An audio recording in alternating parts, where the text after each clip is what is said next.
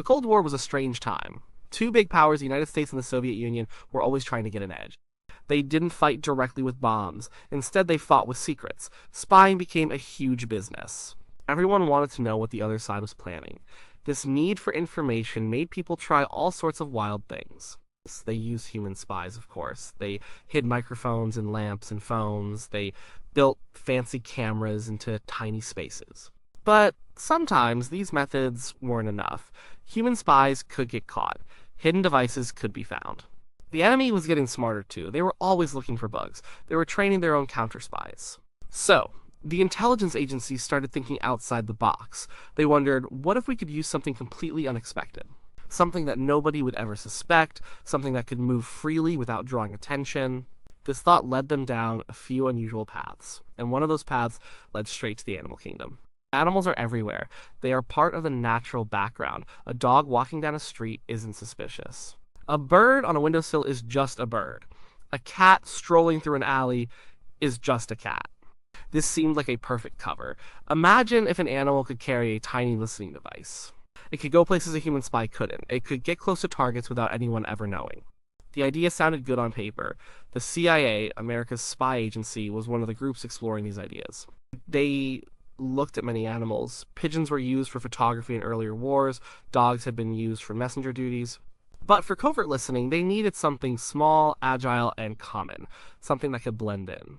And that's how the cat came into the picture. Cats are naturally stealthy. They move quietly. They can squeeze into small spaces.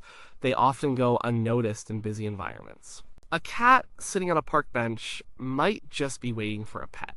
A cat slipping through a backyard gate is just being a cat. They are known for their independence. They can wander wherever they please. This made them seem like ideal candidates for a very specific kind of spy mission. The idea was to turn a common house cat into a mobile, furry eavesdropping machine. They called this project Acoustic Kitty. It sounds like something from a cartoon.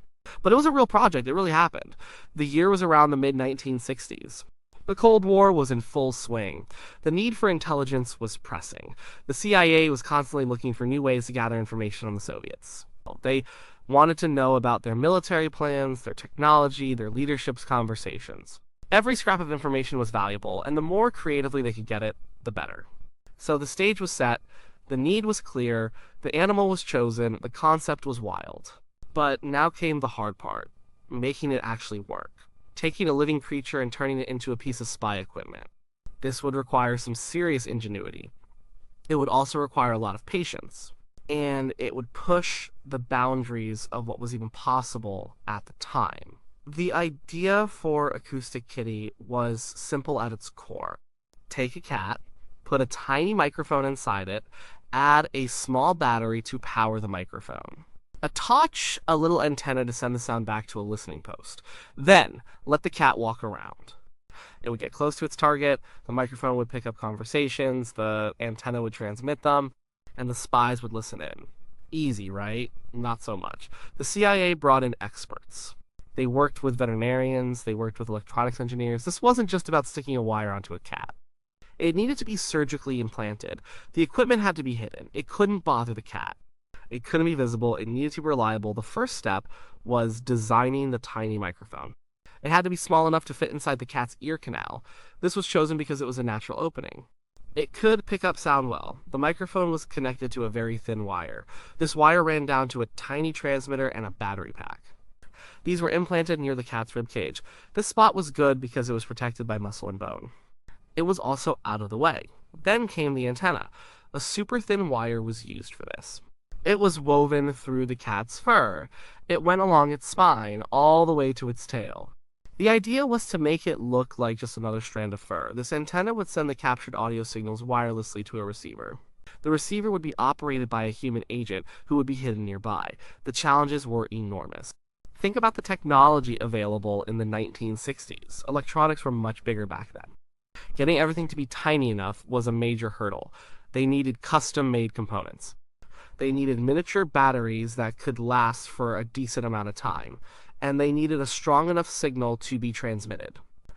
But the biggest challenge wasn't just the size of the electronics, it was the cat itself.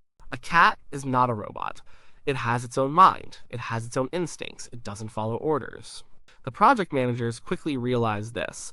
How do you get a cat to go to a specific location? How do you get it to stay there? How do you make sure it doesn't just wander off? Or they spent a lot of time on training. They tried to condition the cats. They used food as motivation. And they hoped to train them to go to a certain spot, then they hoped they would stay put for long enough to get useful audio. This was incredibly difficult. Cats are not like dogs. They are not as eager to please. They are much more independent. The total cost of this project was reportedly huge. Some estimates say it was around $20 million. That's a lot of money, especially for the 1960s. It shows how serious the CIA was about finding these new spy methods. They poured resources into it. They really believed this could work, or at least they were willing to try almost anything. They went through several cats during the development phase. There were many experiments, many attempts to perfect the surgical process, many trials to make the electronics work. It was a long and complicated process to get even one acoustic kitty ready for a mission. They wanted to create the ultimate spy tool, a living, breathing bug, something that could move past guards and into sensitive areas, something that could sit silently and listen, a ghost with a microphone. The concept was fascinating. The execution, as they would soon find out, was a whole different story. Getting the electronics small enough was hard. But getting a cat to cooperate was even harder. The CIA soon ran into a wall of furry independent problems. A cat is not a machine. It does not obey commands like a programmed device. This was the core issue. First, there was the weight of the equipment. Even though the components were tiny for their time, they still added weight. A microphone, a battery, a transmitter, an antenna all had to be carried by the cat. The total weight wasn't huge, but it was enough to make the cat feel uncomfortable. It affected the cat's natural movements. It made it a bit slower. It made it less agile. This could draw attention, which was the opposite of what they wanted. Then came the battery life. The batteries in the 1960s were not very efficient. They were bigger, they didn't last long. A tiny battery that could power a microphone and transmitter had a very short lifespan. This meant the cat could only be on a mission for a very short time, perhaps an hour or two at most. This limited the opportunities for surveillance. It also meant a quick retrieval of the cat was needed. But the biggest problem was the cat's behavior. Cats are driven by instinct. They get hungry. They get curious. They like to chase things. They want to be petted. They often do not care about human objectives. How do you tell a cat to ignore a mouse, or to ignore a friendly stranger, or to ignore its own urge to nap? You don't. The cats would just do what cats do. The trainers tried their best. They used food rewards. They try to create patterns. They hope to guide the cat's movements, but a cat will wander wherever its nose takes it. It will chase a butterfly. It will investigate a rustling bush. It will stop to groom itself. It will get distracted by a bird. And it will certainly get distracted by hunger if the mission goes on too long. Imagine trying to direct a cat to walk directly to a specific bench in a park. Then imagine trying to get it to sit under that bench for 20 minutes. And then trying to get it to walk back to you. It's almost impossible. The cat doesn't care about the conversation happening on the bench. It cares about exploring or finding food or finding a comfy spot to sleep. The quality of the audio was another concern. Even if the cat got close, the sounds picked up by the microphone might not be clear. There could be background noise. The cat might move its head, making the sound fade in and out. The microphone was in the ear, which was good for picking up nearby sounds, but the cat's own movements could interfere. The CIA eventually admitted these problems. The project had been going on for a few years. They had spent a lot of money, they had put a lot of effort into it, but the fundamental nature of a cat was proving to be a bigger obstacle than any technical challenge. You can build tiny electronics, you can perform delicate surgery, but you cannot change a cat into a robot. Its will is its own. There were also ethical questions. Was it right to subject an animal to surgery for a spy mission? Were the cats in pain or discomfort? These were likely not the main concerns for the intelligence agency at the time. The focus was on national security and gaining an advantage, but for anyone looking back, it's certainly something to think about. The practicality of the project was ultimately its downfall, not necessarily the ethics. The spy agency just needed a working tool, and a cat, it turned out, was not a good tool for this job. After all the money and all the effort, the time came for a real-world test. The CIA needed to see if Acoustic Kitty could actually work outside the lab. They had refined the surgical process. They had made the electronics as small and efficient as possible. They had even tried to train the cat. Now it was time to put it all to the test. The specific details of this field test are a bit fuzzy. Information about spy operations is often kept secret for a long time, and when it comes out, it might not be perfectly complete. But the general story goes like this. The CIA decided to use an acoustic kitty in a park. This park was located near a Soviet compound or a place where Soviet officials were known to meet. The target was a couple of men. They were sitting on a bench having a conversation. These men were likely foreign officials or agents of some kind. A covert CIA van or vehicle was parked nearby. Inside, agents were ready with their receiving equipment. The plan was to release the cat. It would walk naturally towards the men on the bench. It would get close enough for the microphone to pick up their conversation.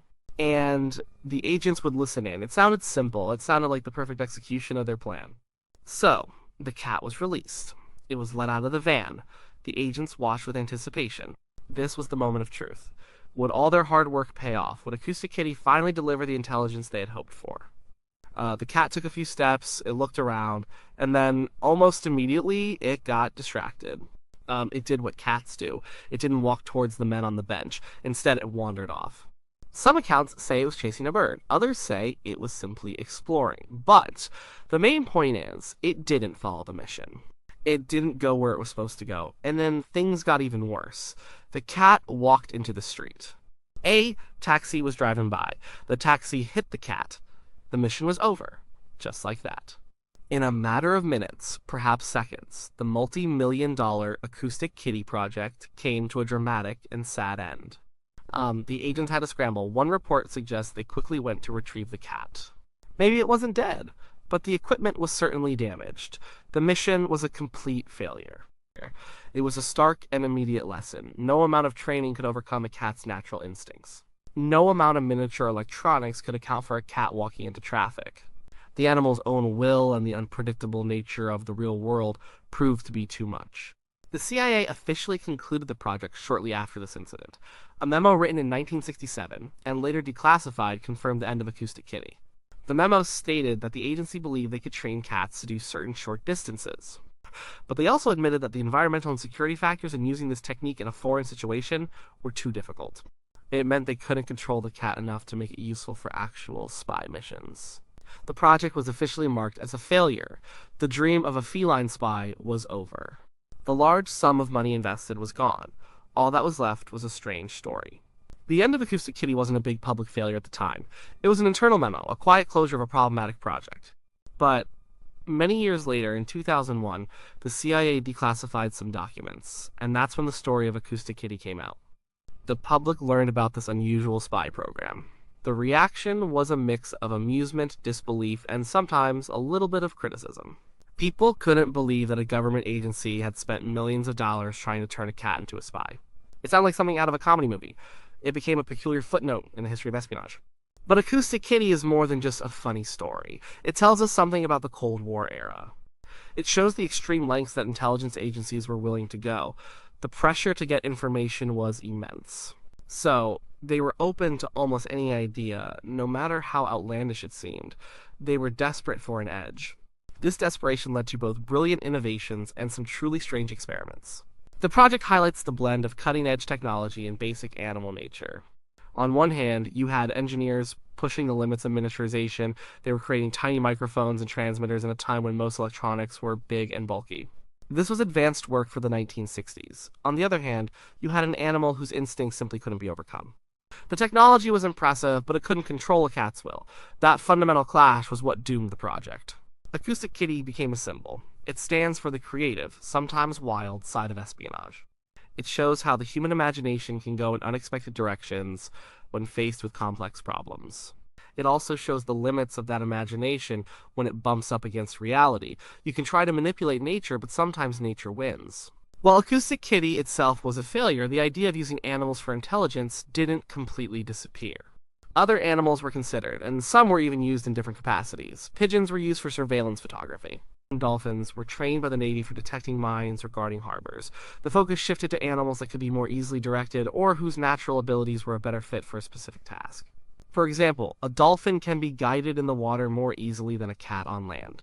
Today, the story of Acoustic Kitty is often brought up when people talk about strange government projects or the wild history of spying. It's a tale that makes people smile, but it also sparks questions. It makes you wonder what other secret projects might have been tried. It reminds us that behind the serious world of international relations, there are always people trying out unusual ideas. The legacy of Acoustic Kitty isn't about success, it's about ambition, it's about pushing boundaries. It's about a moment in time when the desire for intelligence was so great that even a common house cat became the subject of a top secret multi-million-dollar spy program. And ultimately, it's a story that reminds us that sometimes the simplest forces, like a cat's natural independence or a passing taxi, can derail the most complex plans. It was a bizarre, expensive experiment, and it ended exactly how you might expect it to end. Not with a bang, but with a meow and then a taxi.